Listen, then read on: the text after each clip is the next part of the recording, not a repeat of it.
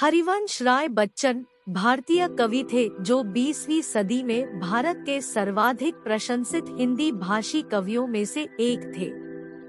इनकी 1935 में प्रकाशित हुई लंबे लिरिक वाली कविता मधुशाला ने उन्हें प्रशंसकों की फौज दी थी।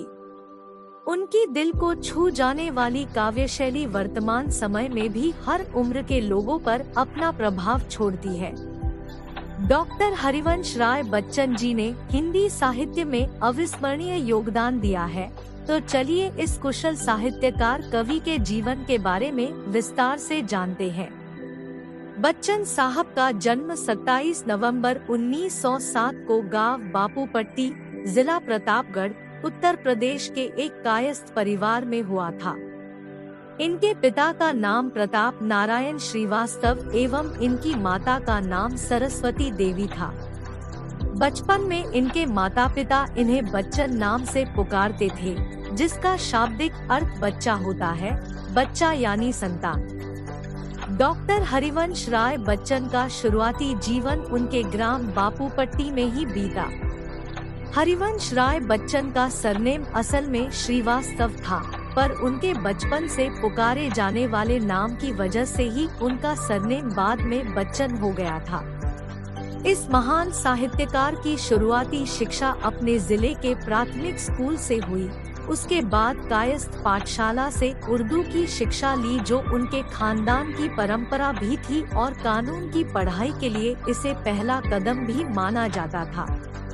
इसके बाद उन्होंने इलाहाबाद विश्वविद्यालय, जो अब प्रयाग विश्वविद्यालय है, से अंग्रेजी में एमए में स्नातकोत्तर की शिक्षा पूरी की। आगे चलाकर उन्होंने अंग्रेजी साहित्य के विख्यात कवि W.B. यीट्स की कविताओं पर शोध करते हुए कैम्ब्रिज विश्वविद्यालय, इंग्लैंड से अपनी PhD की शिक्षा पूरी की। सन 1926 में हरिवंश राय बच्चन का विवाह श्यामा देवी नाम की महिला से हुआ।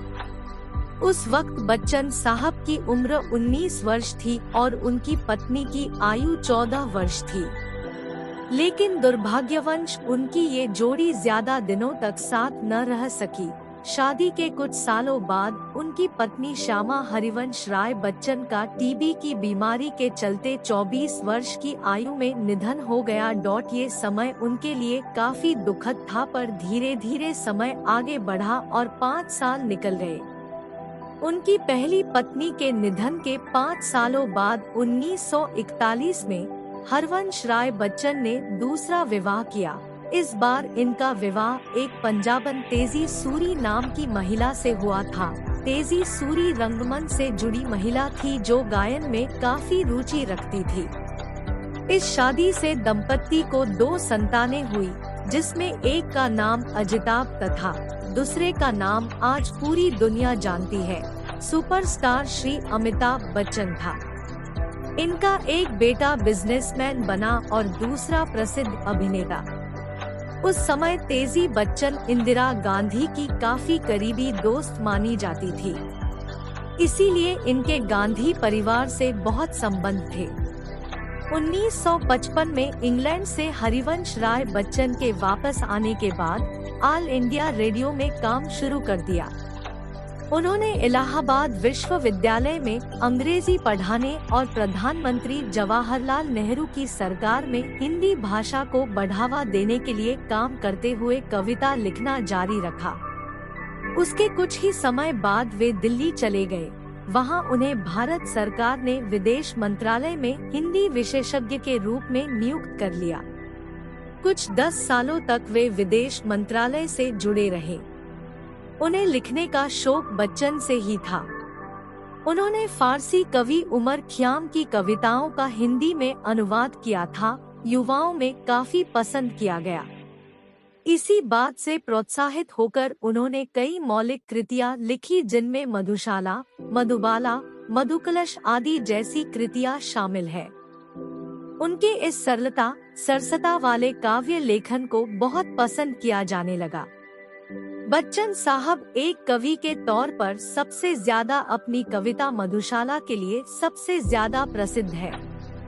1966 में ये राज्यसभा के सदस्य के रूप में भी नियुक्त हो चुके हैं। हरिवंश राय बच्चन को उमर ख़याम की ही तरह शेक्सपियर, मैकबेथ और ओथेलो और भगवद गीता के हिंदी में अनुवाद के लिए हमेशा याद किया जाता है। इन्होंने नवंबर 1984 में इंदिरा गांधी की हत्या पर आधारित अपनी अंतिम कृति लिखी थी।